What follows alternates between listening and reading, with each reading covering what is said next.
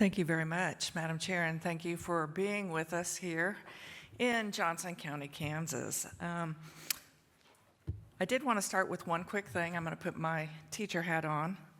And one of the things that I used in my performance classes was how to acknowledge a performance of someone. And I would, after they would perform, if it was a great performance, wonderful. If it wasn't so great, we still wanted them to be equally recognized. So when they were done, we would say, and a 1, 2, 3, and we would go clap, clap, clap. So let's practice that, and a 1, 2, 3. Now, I know that our next speaker is going to be awesome, but we do want to give her a 1, 2, 3 when she's done. So, we started our presentations today with that federal perspective, but now we're going to pivot, and we're going to have a Midwest recap and forecast.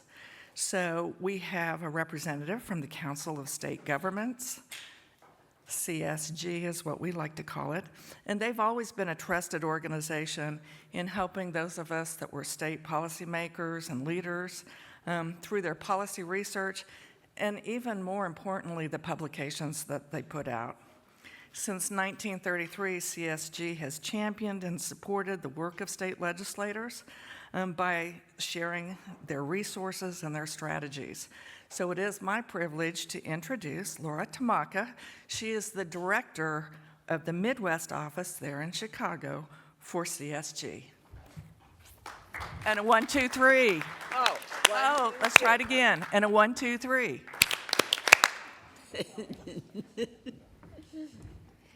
Thank you, Senator, for that kind introduction. And I guess there's no pressure to be awesome now, right?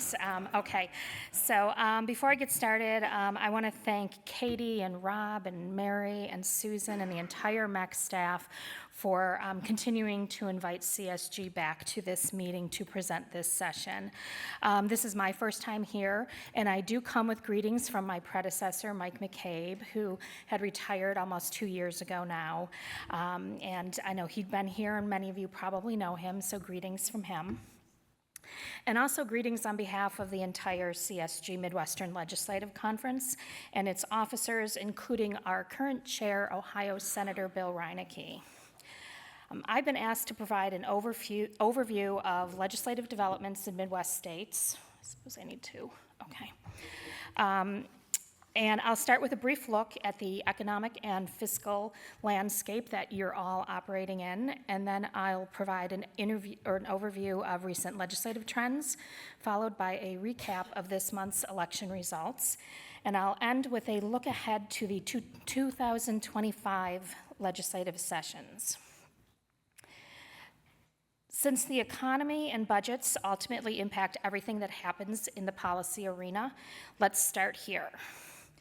One of the questions that we have been hearing a lot about is whether we're in for that rare and elusive economic soft landing, which is characterized by a slowdown in growth without triggering an outright recession and increased unemployment. At this time, the economy does seem to be exhibiting signs that are consistent with that soft landing. We've seen a moderation in inflation and sustained labor market strength, and that has some economists even already declaring that a historic soft landing has been achieved. In showing some of the signs of economic growth, I'll go through some of those factors. Through the third quarter of 2024, we've seen 5 straight quarters of growth, marking the first time since 2006 that the U.S. economy has sustained such consistent growth. GDP expanded at an annualized rate of 2.8 for quarter 3, slightly weaker than the second quarter's 3% rate. Inflation was 2.6% last month, bringing it within a hair's breadth of the 2.5% pre-pandemic rates. And during the third quarter of 2024, consumer spending increased at an annualized rate of 3.7%, marking the largest gain in over a year. Looking ahead to holiday spending this year, U.S. shoppers are expected to spend more this holiday season with an anticipated 7% increase over 2023. Perhaps the strongest sign that we've already had a successful soft landing is the fact that the Fed cut interest rates after leaving them at 5.25% for more than a year. In September, as you probably know, rates were cut by a 0.5 percentage point, and then another 0.25 percentage point was cut this month. Turning to unemployment, as of September, the national unemployment rate was 4.1%, reflecting strength in the labor market. This rate is slightly above pre-pandemic levels, but it remains below the historic average. This level is also comparable to periods of economic expansion, such as that we experienced in the late 1990s and the early 2000s. Here in the Midwest, we see some variation in unemployment. State unemployment rates in September ranged from a regional national low of 2% in South Dakota and a regional high of 3.5% in Illinois, which joins California for the second highest unemployment rate in the nation, second only to Nevada. As you can see from this slide, 8 MEC states are posting unemployment rates lower than the national average. Compared to a year ago, unemployment rates in most states are only slightly higher, with most jumping less than a half a percentage point. The exceptions in the Midwest include Iowa, South Dakota, and Wisconsin, where rates are actually lower than they were 12 months ago. It's worth noting that the official unemployment rates don't necessarily tell the whole story, since they don't count the underemployed or the discouraged workers who have effectively dropped out of the labor market. By some estimates, about 5.7 million Americans who want jobs are among the 100 million Americans not included in the official workforce count. The second point is to be careful about reading too much into official unemployment numbers, since many businesses are reporting a high number of job openings, with recent figures estimating more than 7 million unfilled positions, with 1.5 million of those being right here in the Midwest. Moving on to the fiscal landscape in the states, all of our states, including the Midwest, look very strong fiscally. First, we're going to take a quick look at what state finances have been in recent years. And in looking at revenue, growth slowed in fiscal year 23 and 24 compared to the previous 2 fiscal years, during which time states enjoyed the 2 fastest growing years of general fund revenues in recent history. General fund revenues decreased 1% in fiscal year 23 and increased just over 0.5% in FY 24. Looking at spending, preliminary figures show a 14.4% growth in fiscal year general fund spending, largely driven by one-time expenditures of prior year surpluses. This followed an annual increase of 7.2% in fiscal year 23. Buoyed by an inflow of federal stimulus dollars and budget surpluses, FY 23 and 24 were the fastest growing years for general funds spending by the states. Looking at state rainy day funds, in 2023, balances were 2.3% of expenditures, and in 2024, those fund balances grew to 13.2%. Looking at our current fiscal year of 2025, we are expecting a bit more of a return to normalcy. Budgets are shrinking, and we don't see the same record budget increases in FY 25 that we saw in 23 and 24, due largely to the fact that the federal stimulus funds are winding down, and we're experiencing slower than previous revenue collections. It's important to note that the cooling off in spending is not driven by economic hardship, and at least 1/2 of our states are still planning to increase spending, including at least 5 in the Midwest. There is a projected overall increase in state spending of 1.1% this year, which is a 6% decrease from spending in FY 24. Revenues are expected to slow, as collections will not likely outpace projections at rates seen in the previous several years. In fact, we were already seeing lower projected revenue collections in some of our states as early as this past summer. Ohio is one of those states where we saw that.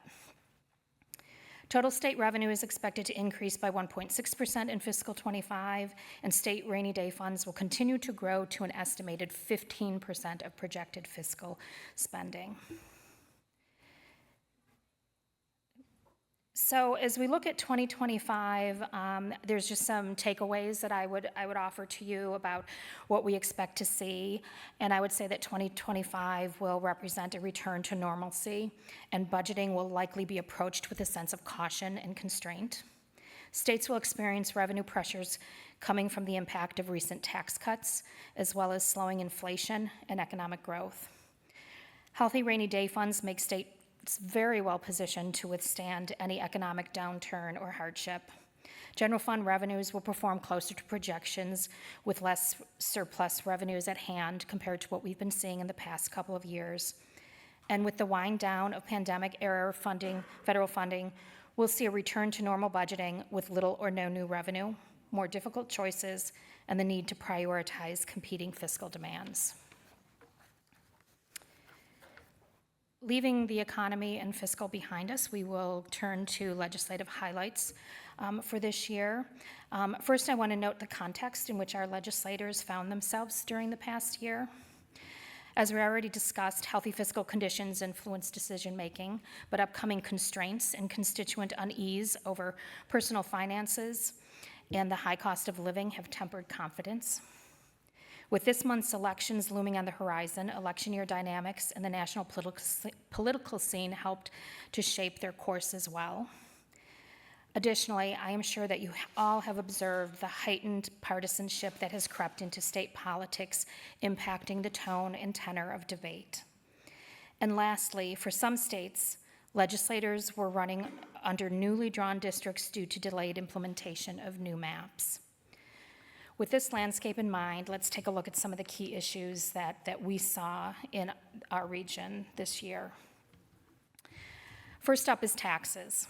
Since 2021, every state except Alaska has passed some form of tax cuts.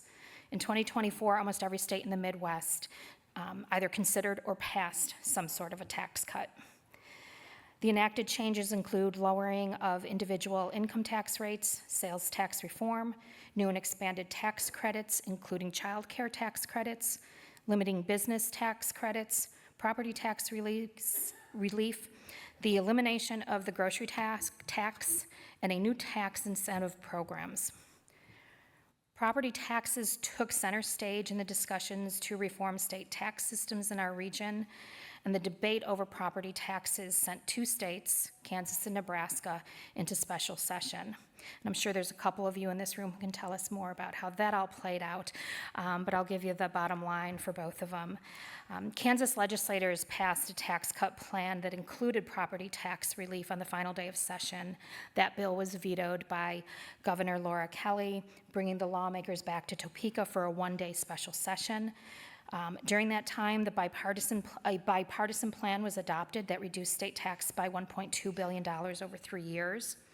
And among the changes are a reduction in the number of tax brackets, increases in personal tax exemptions, the elimination of state taxes on Social Security benefits, an increase in tax credits on child and dependent care, and the elimination of the state's 2% food sales tax.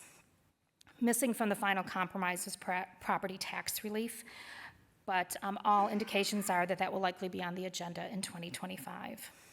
Property taxes also brought Nebraska legislators back to Lincoln for a special session this summer, resulting in a bill that attempts to control runaway property tax bills by establishing year-over-year spending limits on city and county government.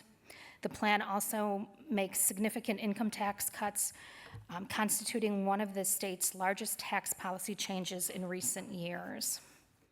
In other tax measures around the region, we have seen lawmakers taking a look at the flat tax. In 2022, Iowa legislators approved a plan to replace the state's graduated income tax system with a new flat tax, which will be at 3.9% when it is completely phased in 2026. However, this year, lawmakers passed a measure that sets up a constitutional amendment that would make a flat income tax system permanently enshrined. The same measure needs to be passed again either in 2025 or 2026 before the issue can be put before voters on the ballot, who will ultimately decide whether the state makes their flat tax permanent. Earlier this year, North Dakota Doug Burgum outlined a plan that would save North Dakota taxpayers an estimated $25 million annually by switching to a single flat rate that would eliminate individual state income tax for almost 60% of its taxpayers. We'll be watching closely to see if this proposal has legs in the new legislative session in January. Illinois lawmakers approved the state's first ever child tax credit of up to $300 per child for families with children under 12. who qualify for the federal earned income tax credit. The state also eliminated the state's 1% sales tax on groceries. A bill in South Dakota to permanently cut the sales tax on groceries to 4.2% failed, and we'll also hear about grocery sales tax in South Dakota a little later when I talk about ballot measures. Wisconsin has raised its child and dependent care exemption to 100% of the federal tax credit. So those are some samples of what we saw going on in taxes across the region. And now we're going to take a look at, moved ahead, at education. As you know, education always looms large in our states for a lot of reasons, and we saw a lot of measures being taken up, everything from education standards and curriculum to funding to school safety, teacher pay, and more. In the area of standards and curriculum, Indiana lawmakers passed a measure that requires school to retain third graders who fail the state reading test. Indiana also now requires, beginning with the class of 2029, that students complete a course in computer science as a graduation requirement. Michigan lawmakers expanded their state's free pre-K program for 4-year-olds by increasing eligibility to 400% of the poverty level, which translates into families of 4 making at least $120,000. Michigan lawmakers also voted to continue universally free breakfast and lunch to all public school students. Teacher pay was also on the agenda in several states. Iowa raised the minimum teacher pay to $50,000 starting next year. Missouri lawmakers raised the minimum teacher pay to $40,000 a year, and if you have a master's degree, it would be $48,000 a year, and that's beginning in 2027. Also, going forward in Missouri, all teachers will receive an annual increase based on the Consumer Price Index, which they will cap at 3%. South Dakota has tied teacher raises to education funding, adopting a measure that requires school districts to raise average teacher pay by 97% of the increase in state education funding approved by the legislature and the governor each year. Cell phone usage in classrooms was another hot topic across the nation in an attempt to, with concerns over the distractions that they cause in the classroom. And we saw 3 states in the Midwest, Indiana, Ohio, and Minnesota, as among the first states that have addressed this concern through legislation. Indiana now requires school districts to adopt policies to limit device use in the classroom. And Ohio and Minnesota both are requiring school districts to create a policy around the governance of student possession and use of cell phones during the day. So they're giving their school districts a little bit more flexibility than Indiana is. School safety was another big agenda item this year. A new law in Iowa allows trained school staff members to carry guns on school grounds. The same measure requires that large school districts with more than 8,000 students must hire an armed security guard or school resource officer to provide protection in high schools.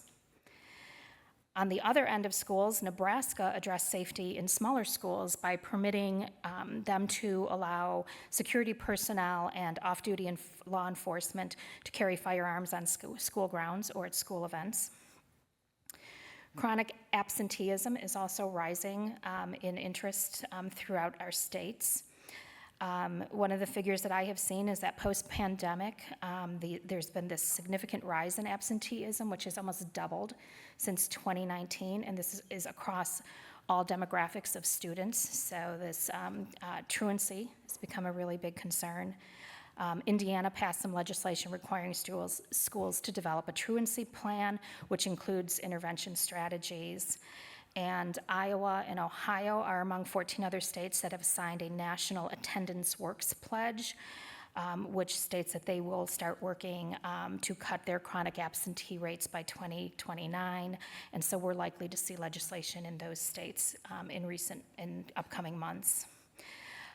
We also have states who, Indiana passed a mandate that allows students to be released from school for up to 2 hours for religious education.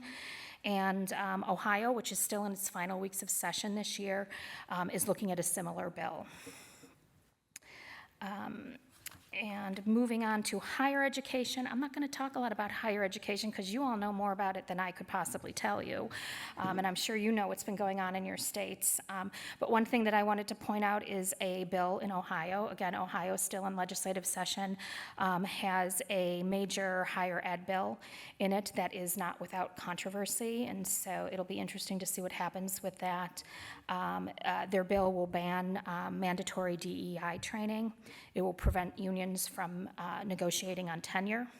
It will also allow universities to fire tenured professors for a broad list of reasons, including declining enrollment. Bill supporters say that if it doesn't pass this year, they will bring it up again next year. So we'll wait to see what Ohio does on that front. And then in terms of labor force, the labor force and workforce and business, I'm going to give you a sampling of bills that our legislatures passed in support of workers and businesses. Michigan voted to continue its support for the Michigan Reconnect scholarships, which allows workers to pursue a degree or a skilled trade certification. It also provides wraparound services while the worker is pursuing those additional credentials. In an interesting debate in Minnesota this year, rideshare drivers were the subject of a state law that gave them a 20% pay increase, preempting local government control over these rates, and also preventing what was a threat by both Uber and Lyft to completely withdraw from the state. Indiana rolled back restrictions on child labor laws that, among other things, now allows younger teens to work in certain workplaces going down to about 14 years old. It also removes some time constraints that now allow 16 and 17-year-olds to work later into the evening. And starting this year in Illinois, Illinois is now mandating that employers provide 40 hours of paid leave annually. And two measures that were in support of local businesses. Here in Kansas, lawmakers voted to allow microbreweries to self-distribute. And in Indiana, after a 40-year plan, establishments are once again permitted to host happy hour. So if you're going to Indiana, you can save a little bit of money and also spend money and enjoy happy hour there. On the energy front, we're seeing states do a lot of activities now that most of them have adopted carbon neutral energy goals. For example, Minnesota implemented major permitting reforms for renewable energy projects focusing on wind, solar, and energy storage. We've had some concerns about eminent domain and energy projects. Here in Kansas, a new law restricts the use of eminent domain to build solar farms. That restriction was already in place for wind farms, but now applies to solar. And in South Dakota, legislators passed a carbon dioxide pipeline regulation bill, which preempts local regulation of pipelines and sets standards for land access and payment to landowners. This was an extremely controversial bill in South Dakota, and it is said to have contributed to a number of supporting legislators losing their primaries in June. And I'll talk about that a little bit more because it was also the subject of a ballot measure. Nuclear energy is making a comeback. We're seeing a lot of states try to come up with plans for the future of nuclear energy in their state, but there's been also some significant developments. One of the most noteworthy was that in September, Michigan received a $1.5 billion loan guarantee to support the restoration and restart the state's Palisades nuclear plant. This makes it the first time that a recommissioning of a retired nuclear plant has occurred in U.S. history. And then small modular reactors are also getting a lot of attention. And several of our states, including Michigan, Ohio, Indiana, Minnesota, and Nebraska, are taking actions to either study bringing small nuclear reactors to their states or addressing regulations to aid with their development. And then if we go to another big issue is technology and artificial intelligence. We've seen a lot of regulations around putting on personal protections from harmful effects and bad actors related to AI. In the area of deepfakes, Kansas took steps to ensure that online pornography platforms verify user ages to prevent underage usage. Nebraska passed a similar bill. Illinois has passed a trio of bills related to AI.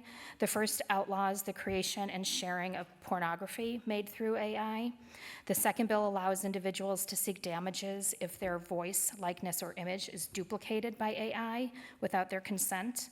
And the third protects performers and others from wrongful use of AI. Indiana and Iowa both passed anti-revenge porn bills that prohibit the distribution or posting of AI-created pornographic images of a person without their consent. Just across the border in Missouri, lawmakers considered a bill that would have prohibited AI-generated political video ads that have the intent of damaging a candidate or a party's reputation. It was passed by the House and amended by the Senate, but time ran out before they were able to hear it on the Senate floor. So I would expect that that topic will get some attention next year as well. Looking at some public health and health measures, a number of our states have focused on improving maternal health, including Iowa, Nebraska, and Michigan. Iowa extended Medicaid coverage to include postpartum care for mothers, moving it from 60 days to a full year of care. Nebraska legislators established a prenatal plus program to cover the cost of prenatal services for at-risk mothers.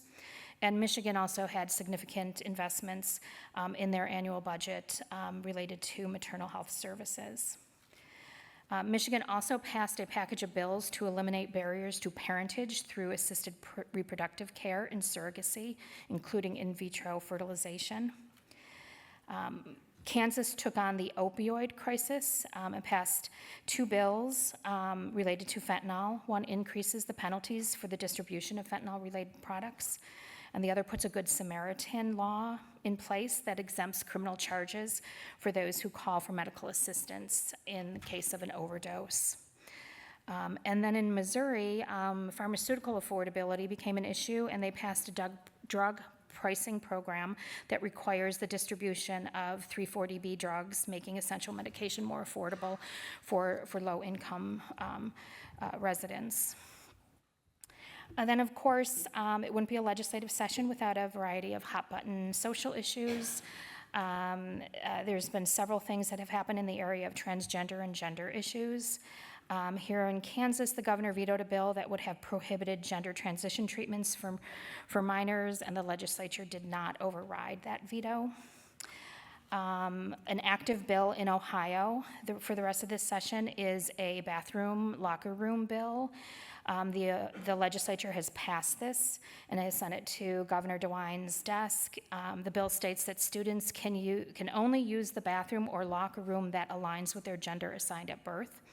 It is not known at this time whether the governor will sign it, unless he has, since I typed this out a couple days ago, but I don't think he has from all that I know, but we'll be watching that. And Ohio legislators are also moving a Parents' Bill of Rights through the legislature right now, and that would require educators to inform parents of any, quote, mental, emotional, or physical health-related changes in their child, and it also requires parents to be informed about sexually explicit content that will be taught in the classroom, giving an option for alternative instruction. Back over in Minnesota, that state became the 6th state to prohibit libraries from banning books based solely on viewpoints, ideas, or opinions they convey. And then some firearm legislation also in Minnesota. They have increased penalties for straw purchasing of guns and banned binary triggering devices. And Minnesota legislatures also considered the Equal Rights Amendment, but it did not pass. And then efforts to address the housing shortage, trying to find ways to make home ownership and rental housing more accessible more in our region. Michigan passed investments to create new and refurbished affordable housing with down payment assistance grants, and they also have passed grants to address veteran homelessness. Wisconsin rolled out incentives for developers to build affordable housing. And Minnesota implemented some tenant protections, which require a 14-day eviction notice and ensuring transparency in rental pricing. Childcare also, housing and childcare are both being wrapped into workforce issues, as these are issues that significantly impact employment. So that's another issue that's receiving a lot of attention. Michigan made more investments in childcare services by increasing the hourly childcare provider reimbursement rates and more grants, and making investments in in-home-based care. Nebraska also passed new laws to boost reimbursement rates for childcare providers, and they also are providing grants to nursing homes and assisted living centers to add childcare space to their facilities to help expand childcare capacity in that state. And then on criminal justice and public safety, Kansas lawmakers established a work and education access program for teens in juvenile correctional facilities, allowing them to leave for education or vocational programs. And then there was a lot of activity around human trafficking. And Michigan and Illinois both passed legislation to provide protections for the victims of human trafficking. In Michigan, they're expanding their legal protections, something that would be akin to those afforded to survivors of domestic violence or sexual abuse. And in Illinois, the victims of human trafficking can have their records expunged. And then we have this, fun with flags. Minnesota has a new state flag, and there it is. But Minnesota is not the only state looking at flags. In Illinois, there's Illinois' current flag. Illinois is in the process of collecting design submissions and will select a new flag sometime in 2025. And Michigan, there's a lot of talk about redesigning its flag. They haven't quite figured out a timeline or what their program is going to look like, but I suspect sometime in the future we will see new flags also for Michigan. So now moving on to our election results. Real quickly, what was at stake on Election Day? We had gubernatorial races in 11 states across the country, including 3 here in the Midwest, Indiana, Missouri, and North Dakota. 44 states had state legislative races, including 88 of the nation's 99 legislative chambers and 21 of the Midwest's 23 chambers. All but Michigan and Minnesota Senate chambers were up. In total, 79% of the nation's more than 7,000 legislative seats were up for election. Voters also considered more than 146 ballot measures in 41 states. And there were numerous local and statewide races, including every U.S. House seat and 33 U.S. Senate seats. And some of you may have heard, but there was also a presidential election. So looking at what has happened in the Midwest, this is what the Midwest region looked like prior to the election. Republicans enjoyed unified control of state government in 6 of the region's 12 states. Those are the states in red, 7 if you want to count Nebraska, which is technically nonpartisan. But the Democrats had trifecta control in 3 of our states. Those are our blue states. And partisan control was divided in the remaining 2 states with Democratic governors and Republican legislatures in Kansas and Wisconsin. All told, Republicans controlled 16 of the region's 22 partisan legislative chambers and more than 60% of the Midwest's 1,747 individual legislative seats going into this election. Coming out of the election, we see that our landscape is a little bit different. It's looking a little more purple just because of my coding. But all of the partisan shifts and swings that occurred favored Republicans in our state. We already saw heading into this year's election, one party fully controlled the legislative chambers in every Midwestern states. That changes in 2026 as a result of Republican gains in Michigan and Minnesota.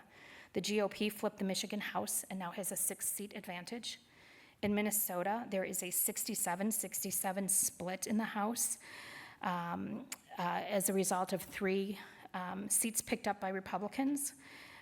2 seats are very close right now. One only has a 14-vote lead, and they will be subject to a recount. But as it stands right now, they are a split legislature. The last time this region saw a split legislature was in 2005 in Iowa. 7 states will retain their legislative supermajorities. That's the star in the states. And again, I guess you could put Nebraska in there, that they would technically have a Republican majority if they didn't look at their nonpartisanship. And as you look at this table, Republicans control 17 of the region's 22 partisan legislative chambers, and with one tied, and Democrats will be in control of 4. Trying to move quickly here through our ballot measures. There were in our 12 Midwest states, there were 33 ballot measures in 10 of our states. This slide shows the numbers in each of our states. A couple of the more interesting ones, they were related to the post-Dobbs landscape and the future of abortion policy. There were 11 abortion-related measures nationally, which is a record number for a single election year. In the Midwest, Missouri voters approved a constitutional right to reproductive freedom, which includes abortion, joining more than a dozen states already having issued this protection since the Dobbs ruling. And prior to November 5th, no state ballot measure protecting abortion rights had been defeated. That changed with the results in South Dakota and Nebraska, along with Florida. South Dakota defeated a measure that would have restored abortion rights in the state, and Nebraskans considered 2 competing abortion-related proposals, ultimately opting to reject an abortion rights measure in favor of one that protects the procedure after the first trimester, with some exceptions. In Ohio, voters rejected an amendment to create a citizen-led redistricting commission. In other election-related measures, Missouri and South Dakota rejected ranked choice voting, and in South Dakota, along with Iowa and Wisconsin, voters approved measures that prohibit voting by non-citizens. In another closely watched citizen-initiated measure, North Dakota voters rejected an attempt to eliminate the property tax, with almost 2/3 rejecting that measure. And in South Dakota, voters said no to eliminating the sales tax on groceries. Missouri passed a measure, I'm trying to quickly go through these so we can wrap up, increasing the state's minimum wage to $15 an hour. Marijuana was the other big measure. Nebraska voters legalized medical marijuana, and North and South Dakota both said no to legalizing recreational marijuana. And then I will just quickly put up what the year ahead looks like. Oops. These are the issues. I think we'll see a lot of things on budgets and taxes again, post-Dobbs abortion policy, on both sides of the issue, trying to institute protections and restrictions.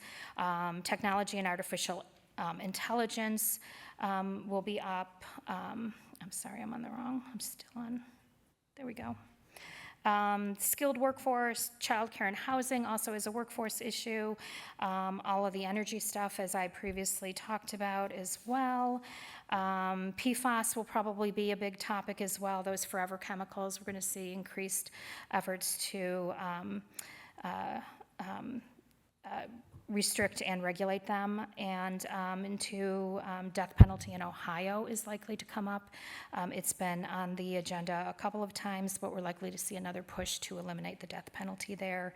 And then also Minnesota is the sole holdout in our region related to sports betting, and they were very close to having a deal at the end of session, but time ran out, just like my time has run out. So I want to say thank you. I invite you all to join us this summer at our 79th MLC annual meeting, which will be held in late July 24th to the 27th, and we will be going north of the border to Saskatoon, Saskatchewan. So if you've never been, please join us. And again, thank you to the Commission, to Susan, and to the entire MEC staff for allowing me to give you this overview. Laura, your slides are available after the meeting, so if folks want to dig in, there's some great information there, and you'll be at the dinner tonight. I will be. Yeah, great. Yep. Thank you. Thank you, Laura, very much. Question. We can, well, yes. My question is two things. You also have 4 Canadian provinces. Are there any good ideas coming out of Canada that we can steal? Or things we have to safeguard against? I think a lot of energy ideas coming out. I think for our region, especially some of our states, on the issue of critical minerals, it's becoming a national security issue, and I would say that Canada does a permitting process that is weeks long. We have permitting processes that are decades long. So if we want to really dig into critical minerals, no pun intended, that's an issue, but we can probably learn from the Canadians on that as well. Those are two of the topics that off the top of my head I would say that we could learn from. So, All right, could we, thanks. this question, thank you so very much. Thank We you. appreciate it.